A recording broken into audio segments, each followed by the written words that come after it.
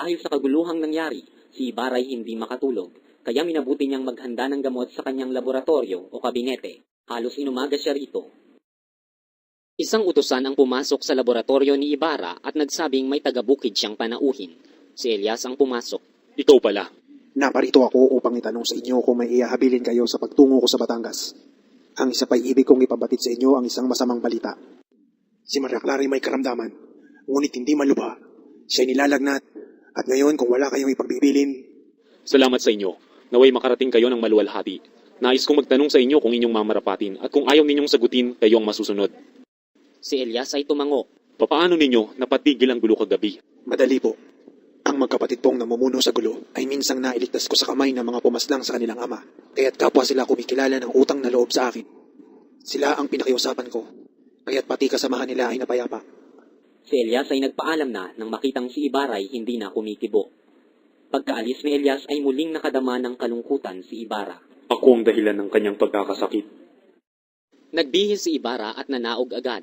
Sa daay magalang siyang binati ng isang lalaking nakaluksa at may pilat sa kaliwang pisngi. Kapatid siya ng taong madilaw na namatay sa paghuhugos ng bato. Ako po'y si Lucas, na kapatid ng namatay kahapon. Ako'y nakikiramay sa inyo. At ano ngayon?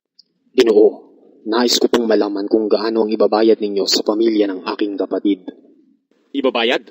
Ako'y nagmamadali ngayon, kaya't mamayang hapon ay magbalik kayo upang tayo'y mag-usap. Ako'y dadalaw sa may sakit. Nayamot si Ibarra sa patuloy na pangungulit ni Lucas tungkol sa kung magkano ang ibabayad niya sa pamilya ng kapatid ni Lucas. At dahil po ba sa isang may sakit ay pababayaan na ninyo ang mga patay? Yan ba'y dahil sa kami mahirap? Huwag ninyong piliting ako'y mayamot. Hinabol si Ibarra ng napopuot na tanaw ni Lucas. Ngayon ko napatunayang ikaw nga ay apo nang nagbilat sa init sa aking ama. Ang dugo niya'y nananalaytay pa rin sa mga ugat mo. Ngunit kapag malaki ang ibabayad mo, ay magkaibigan. Tahimik ang tahanan ni Kapitan Tiago. Ang lahat ay malungkot sapagkat may sakit si Maria Clara. Nang tumigil ang isang sasakyan sa harap ng bahay, mabilis na sumalubong sina Kapitan Tiago at Tia Isabel. Ang bumaba ay sina Dr. Tiburcio de Espadaña, ang asawa niya na si Doña Victorina de los Reyes de Espadaña at isang binatang Kastila na may kakisigan. Ipinakikilala ko sa inyo ang aming pinsan, si Don Alfonso Lenares de Espadaña. Siya ay inaanak ng kamag-anak ni Padre Damaso at kalihim ng mga ministro sa Espanya.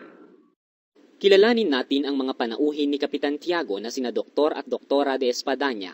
Si Doña Victorina ay isang ginang na may 45 taon, ngunit kung ipamalita ay 32 lamang. Noong siya'y dalaga pa, pinaniniwalaan niyang siya'y maganda, kaya hindi niya pinakitunguhan ang maraming Pilipinong nangibig sa kanya, at ito'y dahil pa rin sa pangarap na makapag-asawa ng isang dayuhan. Nangangailangan siya ng dayuhang mapapangasawa, kaya't nang ipadpad sa baybayin ng Pulong Luzon ang isang maralitang Kastilang taga-Espanya'y napilitan siyang tanggapin ito. Ang pangalan ay Tiburcio de Espadaña, may 35 taong gulang, ngunit sa anyo'y masasabing higit pang matanda kay Doña Victorina. Kilalanin naman natin si Don Tiburcio. Siya ay naglakbay sa Pilipinas bilang pinakamababang opisyal ng adwana. Sa kasawiang palad, nang ang Bapor Salvadora ay naglalayag, ay napaghilo siya sa dagat at nabalian pa ng isang paa. Dagdag pa rito ang pagkakatanggal niya sa trabaho dahil sa nangyari sa bapor. Siya'y kinupkop ng ilang kababayan matapos mawalan ng pinapasukan. Pinayuhan siya ng mga kababayan na magpunta sa lalawigan at magpanggap na isang manggagamot. Dahil sa nangangailangan ay sinunod niya ang payo kahit na wala siyang kaalaman sa medisina. Nagsimula siyang manggamot sa ilang may sakit na sinisingil ng mababa, ngunit hindi nagtagal at sumingil na rin siya ng malaki. Unti-unti na sana siyang nakaiipon nang umabot sa kaalaman ng protomedikato sa Maynila ang kanyang panggagamot ng walang pahintulot. Nakarating sa pandinig ng taong bayan ang katotohanan, kaya't wala nang nagpapagamot sa kanya. Ang Donya'y labis na nakapangyayari sa asawa. Si Don Tiburcio ay tulad lamang sa aliping sunod-sunuran sa Panginoon. Naisip din ng Donya na kailangang magtaglay ng titulong doktor ng medisina at siruhiya ang asawa, kung kaya nagpagawa siya ng isang putol na marmol na nakaukit ang Doktor de Espadaña, espesyalista en toda klase de enfermedades, at ito'y ipinakabit sa kanyang bahay. Noong ipinamamalita ng Donya na sila'y maglalakbay sa Espanya ay naisipan niyang kumuha ng Kastilang mangangasiwa ng kanyang ari-arian sapagkat wala siyang tiwala sa mga Pilipino. Noon ipinasundo ni Don Tiburcio ang pamangkin niyang si Linares na nag-aaral ng pag-aabogado. Sila ang tatlong kararating pa lamang na panauhin ni Kapitan Tiago. Samantala, Dumating si Padre Salvi habang nagmiminandal sina Kapitan Tiago at mga panauhin nito. Marami silang napag-usapan. Maya-maya'y nagtanong si Linares sa kura kung saan niya makikita si Padre Damaso. Nagkataong siya'y naririto ngayon at mamaya lamang ay paririto.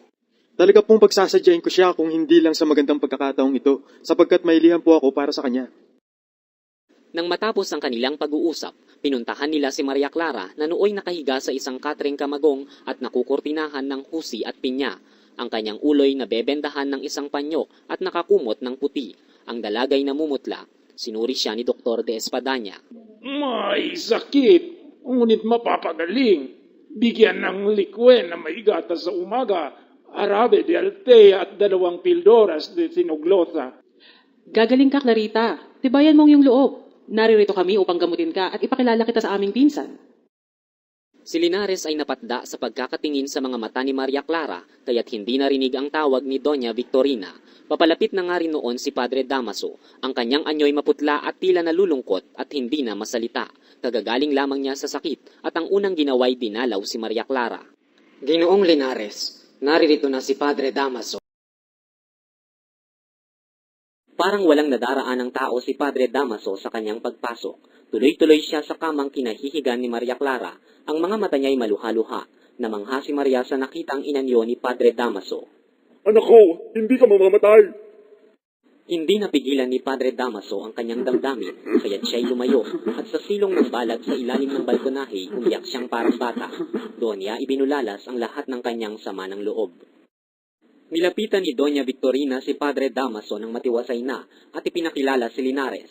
Ibinigay ng binata ang liham, ngunit siya'y tiningnan ni Padre Damaso mula ulo hanggang paa. Tila naunawaan ni Padre Damaso ang liham matapos na mabasa. Ako po'y si Alfonso Linares na inaanak ng inyong bayaw. Ikaw pa lang inaanak ni Carlicos. Ako'y tumanggap ng liham ukol sa iyo, ngunit hindi kita nakilala.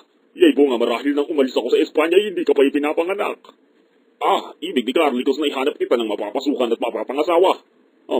Madali ang mapapasukan. Ikaw ba'y marunong sumulat at bumasa? Nag-aral po ako ng abogasya sa Universidad Central. Si Padre Damaso ay naging formal, pabalik-balik na naglalakad na tila nag-iisip ng malalim. Ngayoy wala na ang kalungkutan sa kanyang anyo. Isang asawa. Halika binata, at kausapin natin si Santiago.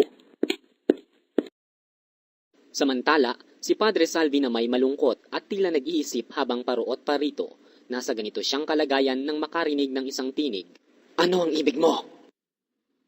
Padre, ako po ang kapatid ng nasawi noong pista. Pinuntahan ko po si Ginoong Ibarra noong isang araw. Ngunit ako po'y kanyang sinipa at pinalis sapagkat kamuntik na siyang namatay nang dahil sa aking kapatid. Bumalik po ako kahapon, ngunit nakaluwas na po siya. Nag-iwan po siya ng 500 piso para sa akin at mahigpit na ipinagpiling, wag na akong babalik. Napuna ng kura ang kanyang pagkukunwari, kaya pakutya siyang nginitian nito. At ano ang gusto mo ngayon? Sana'y pagpayuhan po ninyo ako. Batid ko pong ang mga alagad ng Diyos ay mabuting magbigay ng payo. Nilapitan si Lucas ni Padre Salvi na nagagalit at itinuro ang kalsada. Umuwi ka na at pasalamatan mo sa Ginoong Ibarra sapagkat hindi ka niya ipinabilanggo. Sulong! Layas! Umalis si Lucas na bumubulong. Dumalo naman ang lahat ng panauhin ni Kapitan Tiago nang marinig ang sigaw ni Padre Salvi. Tinanong nila kung ano ang nangyari. Isang hampas lupa ang ayaw magbanat ng buto at humihingi ng limos. Naratay sa banig si Maria Clara sa pagkabinat ng ito'y nangumpisal. Sa kanyang pagkahibang ay walang tinatawag kundi ang kanyang inang hindi man lamang nakilala. Naglimos at nagpamisa sa lahat ng mapaghimalang santo si Kapitan Tiago. Isang hapon, nag-uusap sina Kapitan Tiago, ang kura at ang kanyang panauhin. Higit na magdaramdam si Maria Clara sapagkat mahal niya ang kanyang inaama. Marahil ang sakit niya ay mula sa sama ng loob noong pista. Marahil nga.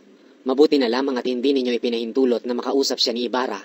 Kung nagkataoy, lumalasan na ang kanyang sakit.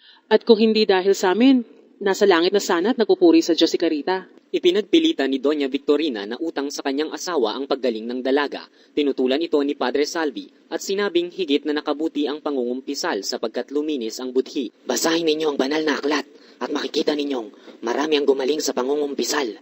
Kung gayon, gamutin ninyo ang may bahay ng alpires sa kapangyarihan ng inyong kumpisal. Nagkataong lumabas si Tia Isabel.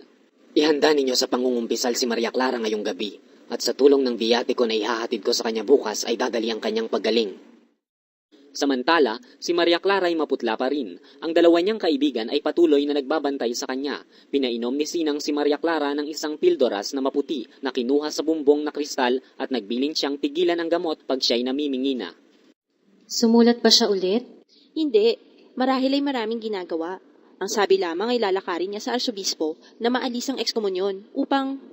Napatigil ang usapan dahil sa pagpasok ni Tia Isabel. Si Maria Clara ay pinagsabihang kukumpisalin ng gabing iyon at ang dalaga ay hindi nakatutol. Nang makaalis ang matanda ay bumulong siya kay Sinang. Sulatan mo siya. Sabihin mo nga ako'y limutin na niya. Ano? Nagaganap ang mahabang kumpisalan habang nagmamasid si Tia Isabel sa malayo. Napansin niyang hindi nakikinig ang kura sa sinasabi ng dalaga at ang pilit na binabasa sa magagandang mata ng dalaga ang waring ikinukubli nitong lihim. Namutla at nabalisa ang kura matapos ang kumpisa.